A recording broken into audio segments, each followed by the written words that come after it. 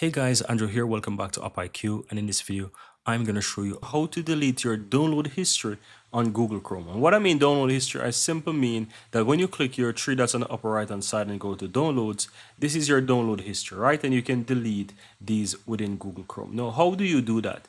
All you have to do is simply click the three dots on the upper right hand side, go down to where it says delete browsing data, click on that, and from here, you'll be able to see what you can delete. Now, as you can see under this basic section, you don't have a download history, but if you click on the advanced tab, you'll have the option to see download history. And you can simply go ahead and uncheck the ones that are not related and simply go ahead and keep download history checked. And you'll be able to delete your browsing history.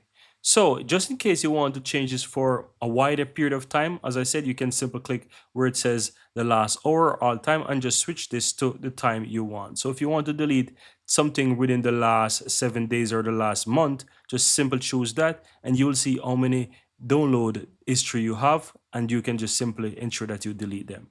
But that's it. Very easy and very simple.